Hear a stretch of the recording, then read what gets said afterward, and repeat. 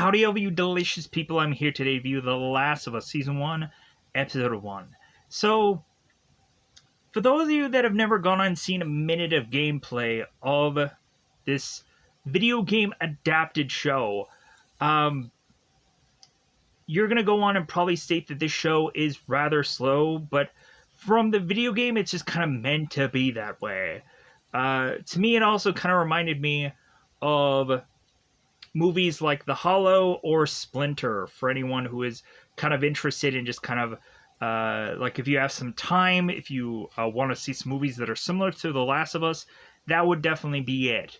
So we would go into this first episode and it branches off from 1968 to 2003 and to 2023. So it's kind of some jump here, but that is all to just have us understand where things are going in this world. So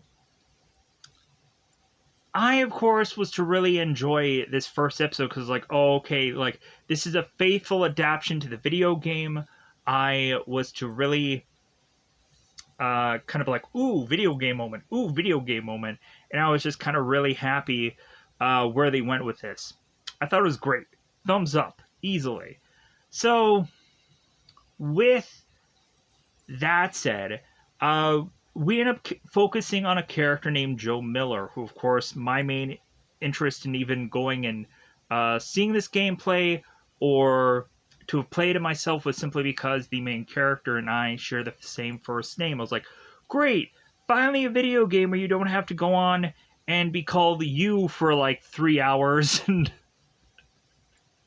and or you would be like called some other generic random generated name that they would come up with for you, like, oh, player, or oh, you're the boss, or oh, you're the leader, or some goofy thing, because of course they couldn't have actually gone on and given you a legitimate name, so they'd probably call you like rookie or recruit or whatever. So we have this character Joel who is to be forced through this fungi apocalypse because, of course, it is a zombie apocalypse, but it also is taken from fungus. So, like, it's a different approach of how we're going to see what is to be, like, the kind of zombie characters, which I'm like, man, in the trailer they didn't show anything of how the zombies are going to look or whatever. I wanted to see that, but of course we didn't. So I was kind of waiting to really see like something in this first episode, but I was like, not quite yet. So we'll get there. Anyways, so we got a taste of what these things were gonna look like, but just not really quite there. But it'll get to that point. So we have me probably just want to go on and just go right into spoilers so I can kind of get this out of the way. And so, with that said, I really enjoy this. Hope a lot of people go on and check it out at some point. But with that said, I'm just going to go on and double fire this bad boy up. It's about that time. Again, let's just go into spoiler time. Spoiler time. It's about that time I'm going to spoil this episode. For a lot of you that have gone on and seen my reviews, I would go on through step and detail about every single little thing. I'm no longer going to do that. A lot of times it would take so much like time for me to even like crucially detail every bit of a thing to where it just take me hours to just do one thing of a show or whatever and find every little gadget and gizmo and whatever. And so really I'm just going to go by the cast list and hope for the best. So with that said, let's go into spoilers. So this starts off in 1968. So we have two scientists who are going on, or two doctors that are going on and talking to some talk show hosts. And so we have Dr. Schoenheiss, however you want to pronounce that name, because I knew I was going to butcher it, who goes on and is to talk about how his theoretical possibility of how the world would end by an infection somehow getting into the air, and you would probably like cough on somebody and you would infect that person. Like that would be the end game for the world. And so we have the host that's like, well, that's great and everything, but that's not going to be the way that the whole story of this show is going to be actually written here. So like, hey, Dr. Newman, you're up. So we have Dr. Newman that is to have this theory, and he states it's, well, there are to have had ants that in certain locations are to have been infected by a fungus, and that fungus is to have this ant like start to hallucinate, and then the fungus is to take over the ant, kind of like movies like The Hollow or Splinter. If I haven't said that already, definitely check those movies out. So they're somewhat similar to what's going on here. So we have the ant that is to be taken control of. It's like, well, like what's stopping a human being under the control of a fungus? It's like, well, like it all has to do with like body temperature and like the temperature. It would have to be like the fungus would have to somehow adapt to a 69 temperature person and so on and so it's like, oh, okay, well, like what if the world got warmer? And so like the more this doctor is like thinking of it, the more the doctor is just like, yeah, I have this like master plan that I am going to put forth like tomorrow. And so this guy is like coming up with this plan, like he's going to put it together. So they're like, well, yeah, maybe it would work. And then so Dr. Newman is like, well, yeah, so like every medication that we've ever come up with in some form or capacity has come from a fungus. Like look at penicillin that came from a fungus. And they're like, yeah, all right, okay. So like if fungus was to be the end all be all, like these guys would basically be effed. There'd be no way to counteract that. So cue up into 2003. So we then, of course, sort of go on to have Joel, who's to wake up in the morning and is to get down to getting breakfast with his daughter Sarah, and Sarah's to go on to like, well, hey, happy birthday! Like I'm gonna make pancakes. Joel's like, well, I don't like pancakes, and so Sarah's like, well, it's for my own benefit. So we all of a sudden are having like, Sarah's like, well, hey, are we gonna have a cake? We gonna do normal birthday stuff? And Joel's like, I guess.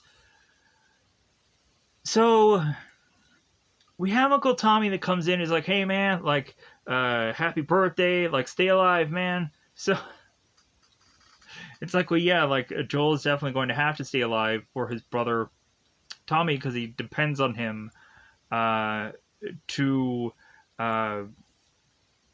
keep getting money, to keep thriving, because of course they're doing this whole like construction job. So we have Joel, who states that he's probably gonna have to work like a double today to try and go on and kind of make up for some lack and stuff, and like they are kind of talking things out. So we have Uncle Tommy that's like, well, hey, like where are the pancakes? And it's like, well, like we didn't have enough for you today. So we of course have Joel. It's like, we'll pick something up. So they go on and they deliver Sarah to this school. Sarah, of course, is getting blinded by some bracelet. And so we have Sarah that goes to this repair shop. So Sarah's going on and talking to this guy about hopefully repairing this watch. And she's like, well, how much is it going to be? And the guy's like, well, it's just going to be a spring, like $20. And she's like, really? That's it? And he's like, $30. And she's like, no, 20 was fine. So we have a woman coming in and like interrupting them talking. And she's like, well, hey, like, girl, like, we need to close up early tonight, so you got to get out of here. And he's like, well, it's only 3:15. Like, we usually close at 7. And she's like, not today.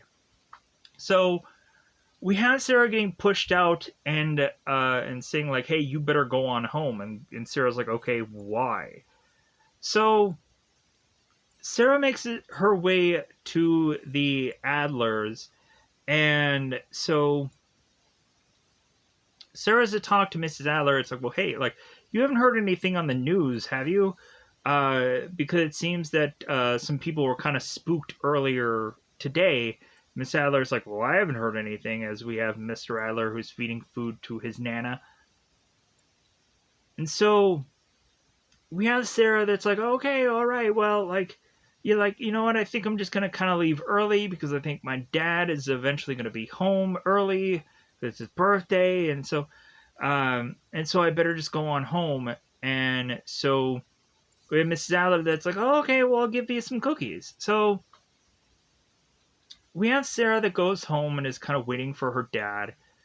So her dad finally comes home, and Sarah's like, well, hey, no cake? And he's like, oh, crap. It's like, well, yeah, I'm sure you forgot about a bajillion things. So we have Joel that tells Sarah, it's like, well, hey, I'll get cake tomorrow, like I promise. And hopefully that tomorrow will actually come. So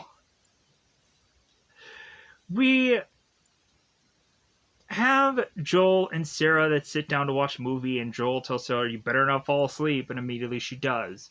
So Joel all of a sudden gets a phone call from Tommy, who states that he's in jail because some person had attacked some other guy, and so Tommy was trying to defend that person, and he got put into jail. So Tommy's desperately telling Joel, it's like, hey, please get me out of this, or otherwise I'm going to be stuck in jail for the whole weekend. And so Joel's like, okay, I'll go to this prison, or I'll go to the jail and kind of bail you out.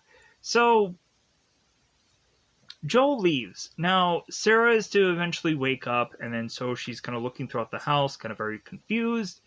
At some point, this dog kind of hits this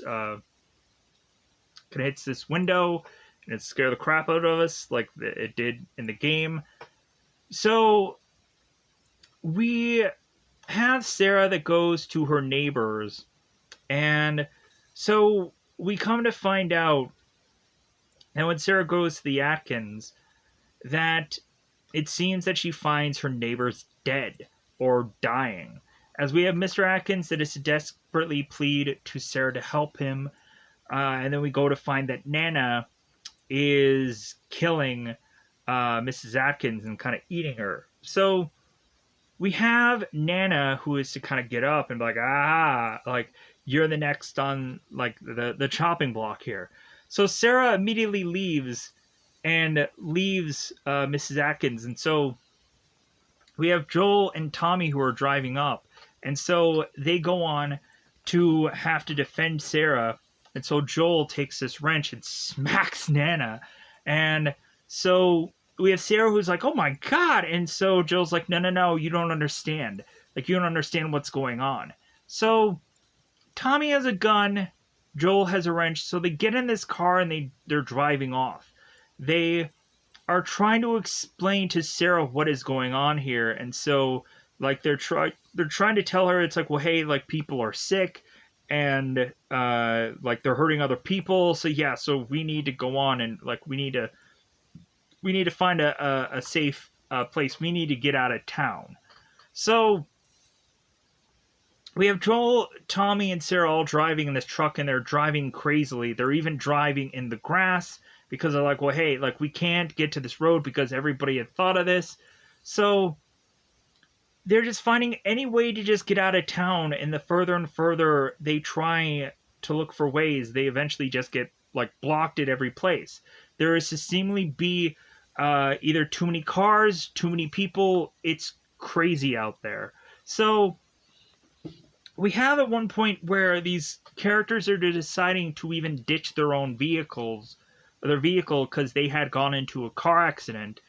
And so we now have our characters that are trying to get out of this car. And so we have these vehicles that kind of sandwich in between both Tommy and now Joel with Sarah. And so Tommy is telling Sarah and Joel, it's like, well, hey, I'll get back to you. Like, let's just kind of keep going in this one direction. So we have Joel that is now forcibly like holding on to Sarah and carrying her because she has a broken ankle. So Joel goes all the way to this location where we now have this uh this uh uh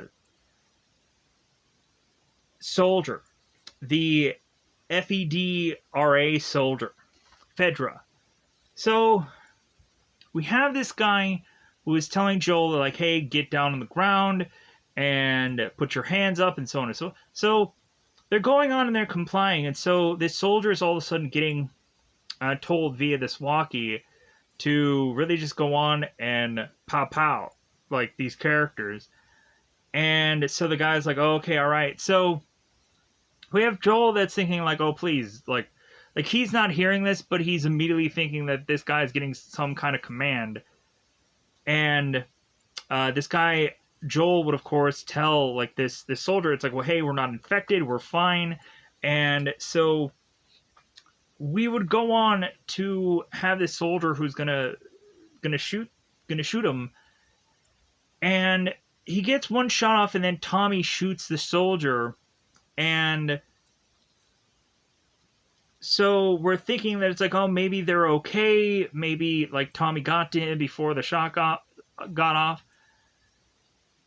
So come to find out, Sarah ended up getting shot and Joel's fine. So when Joel is to try to grab onto his daughter, like, okay, like I need to grab you, I need to take you somewhere, and Sarah is to just die in Joel's arms. It's like, oh my god. When I was to see that the first time in the video game, I was like, oh my god! Wow, okay, this is where we go with the story. Like, I was like, wow, I thought we were really gonna go somewhere with those characters, but then also I kind of saw, like, the images and stuff like that, so I was like, okay, like, I was trying to figure it out in my head. So, we go on to, then after that moment, are to queue up to 2023. So, we would, of course, have there being this, like, quarantine-like base. And so one kid ends up going into this kind of Fedra quarantined base, and we have this woman kind of looking him over and asking him certain questions and injecting him with the, like, certain people are, like, injecting him with this needle and kind of checking if whether or not he's infected or not. And this kid seems to be, like, fine. So she's like, oh, okay, well, since you're fine, we're going to go on and take you to this place, and you're going to get all the toys you've ever wanted. So we showcase that certain people are just kind of taking dead bodies and they're just kind of chucking them out. And they're chucking them out to burn because, like, I guess they can't even bury their dead anymore. Or plus also, there is always that worry of like, well, hey, like, maybe they could get infected. So we go on and we start to have these bodies being chucked out, and we start to see that in one of these trucks, a kid is to be kind of having to be forced to be chucked out of this vehicle because he's dead, or she's dead. So we have this woman that is to touch this man, and like, well, I can't just toss this kid into this fire. And so we come to find out that that guy was like, okay, I'll take that on. I'll just grab this kid and just kind of chuck it in there. We find out that is Joel. Like, wow, like a guy who has gone on to lose his daughter is now having to be forced to toss this kid into the flames. Even though technically this character is supposed to be realized, like, hey, it's already dead. Like, anybody would go on and do the same thing to me. Like, we have our characters who have probably, like, become very broken in the 12 years that is technically, like, past here. So we then go on to 12 years. How does that math? Because that would be like no wait, maybe it's 20 years because that makes a lot more sense. Because 2003 now 20 years later in 2023, so that would have to be 20 years. Duh, math. So my bad. For some reason I thought it was 12 years, but it's 20. So we have Joel that is to go on and is to ask one of these soldiers like, well, hey, like, what is going to be like the next job? Because I want to see like what next thing I can do to just get more money. And the guy's like, well, hey, like, it's either you go on and do this sewer job or you do this other job. And so he's like, well, like, what pays more? It's like, well, obviously the one dealing with crap. So Joel's like, all right, okay, I'll do the sewer job. So he kind of gets like a thing beforehand of like, okay, like you're gonna go and do the sewer job. It starts at 4. So we have Joel that goes on and is to obviously be drug dealing with this guard, and I believe he's dealing Hydra. Either way, it's a drug. So we have this guard that goes on to tell Joel, it's like, well, hey, like it would definitely be wise if you don't go on and kind of do anything out at night, because of course the guards are really going on a lot of lack of sleep, so they'll probably get gun happy, and so wouldn't want you to get killed off. Now, would I? Because of course, then Joel would not be getting his dealer, or this guy would not be getting Joel as his dealer. So, anyways, so we go on to find out that a woman named Tess was to get roughed up by Roger's goons or Robert's goons, and Tess is to kind of just be fine by this, but she's to kind of make up a story for Joel forcibly, so that way Joel obviously doesn't come back and come after Robert, because she knew that's what he would do. And also Robert is even worried about that also. It's like, well, man, like I didn't want to like come after you, like I didn't want to rough you up or have my guys do that, but they're stupid. So we have Tess is like, well, yeah, how about you go on and punch them, like chop off a finger or whatever. So Robert knows them, and Robert knows Tess and Joel and vice versa. So like they know one another, like they're dealers in some way or another. So they take the car battery from her, and so they decide that they want to go on and try to sell it. And so we have both Joel and we have Tess. We're like, well, hey, we want to try to get that car battery back from them. And so when Tess goes on and tells Joel like what it all had happened, that she had gotten roughed up, it's like, okay, let's get information of where this thing is. So I'm like, man, like in this little part here where they're kind of getting these like food stamps to try to get information, I'm like, this seems very like Mandalorian in a way. It's very weird. I'm gonna have to like compare it to like Mandalorian at certain parts. So they go to find that Robert is to be in this one building, so they're like, okay, like here's our master plan. We're gonna go like underneath the building to like get where they kind of are in some way. And so by the time they start going up this ladder, getting to this location, we come to find out that all of these people are to have gotten killed off. And I guess there was a shooting going on. But so let's also cover some other things. So we have a character named Ellie, who we'll come to find out is to be vital to this future. And so we have Ellie, who it's to be kind of locked into a room, guarded forcibly by a girl named Marlene, who is to tell people like, "Hey, you better watch over this girl." And we have girls like Kim, who's like, "Well, why? Like, why is this girl so important?" And so we have Marlene, who's to go on and say, "It's like, well, hey, like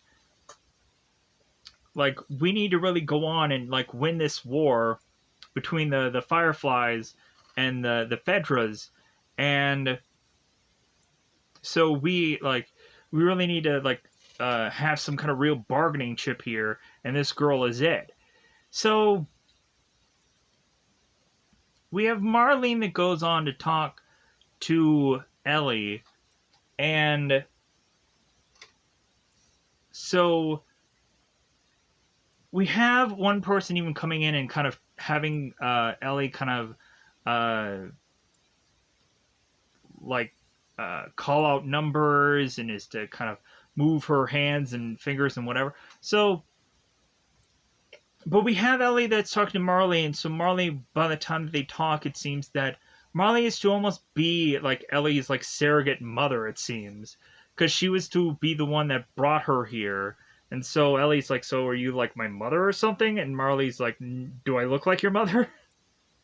So we have Marley explain that like they're gonna go on and need to take this girl somewhere, and so it's like, well, hey, like you're gonna lose your shackles, and so by the time that Marley and Kim make their way to try and get out of here, and they had their own plan, they all of a sudden realize that both Tess and Joel are trying to get out of here also, because of course Joel was to have gone on to talk to some guy and like ask him. It's like, well, hey, like where did Tommy go?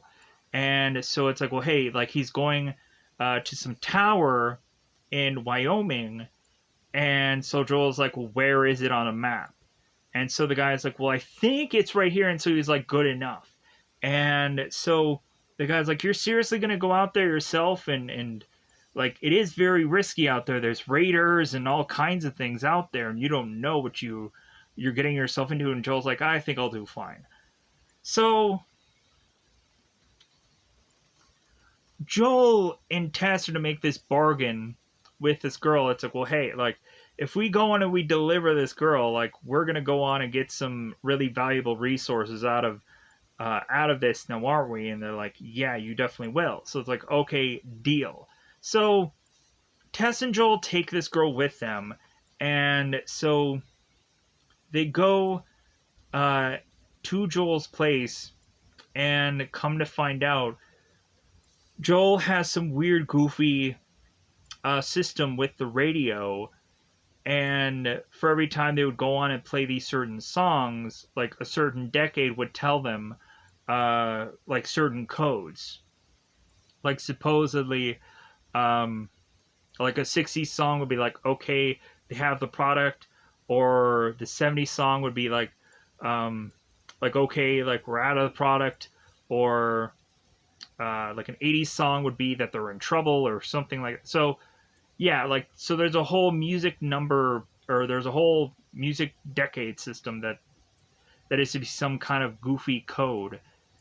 So, and we of course have Ellie that is like, ooh, I want to crack this code. So we have Joel that is to go on and is to kind of take a nap, and when he wakes up, Ellie is to say that there's a song on the radio, and so she ends up saying that it was like "Wake Me Up Before You Go Go" by the Whams, and so we have Joel that's like, oh my god, that means and Ellie's like, ah, sucker, like I figured out what the code was now, like code broken. So they go on and they get all their stuff together, and so they start sneaking out at night out of this place. And so, and this of course is to be very much like the game also. And so they're sneaking out of this place, and they find one guard that of course would be the same guard that told Joel, it's like, well, hey, like, you better not go on and like be walking around at night because the guards are to be very much like paranoid and not on sleep and so on and so forth. So we have the same guard that goes on to have Joel and him, like, they're talking about the possibility of, like, well, hey, like, I can get you more drugs, like, I can give you them for free or half off. And so the guy's like, no, no, no, free. Like, the drug is going to be free. So, but we have the guy that still wants to go in and arrest him. So Joel just kind of tackles this guy to the ground and just starts beating him to death. We see that, like, blood's coming from this guy's face, and, like, this guy is getting beaten to death. And so after that, we go on to have Joel, Tess, and Ellie that are to, of course, walk off and be past this fence. So, like, that's of course how the episode is to end here. I think with that said, I went on and covered a bulk of this episode. But I also kind of rushed into it. So, with that said, that is the very first episode of The Last of Us. We'll see where eventually this goes here. But I'm going to get out of here. Goodbye, everybody. Bye, everybody. Let me know in the comments below how you felt about The Last of Us. If you liked this episode, if you hated this episode, if you're just like, like, I wish for something more, I would have liked something more original. I get that. I get both sides of it. I get that people could be content and people could be upset. But hey, really, when also looking at it, you can pretty much just watch the gameplay on YouTube somewhere and know where the story's heading anyways. So that's it. Goodbye, everybody. Bye, everybody.